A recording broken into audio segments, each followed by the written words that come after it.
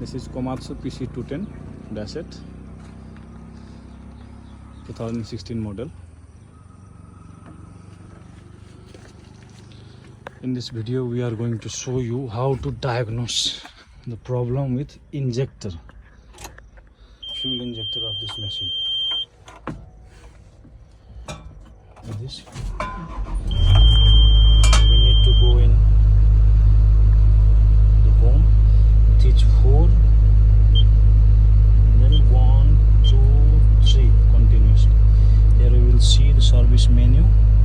After that you need to go down with the help of F3 up to 8 number diagnostic test. Here you need to click F6,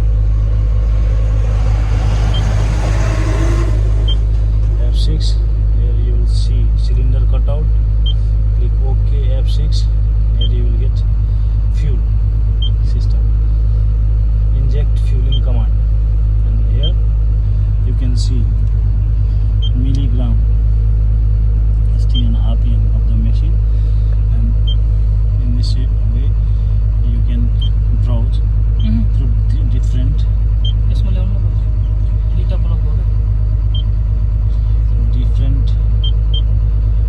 injectors.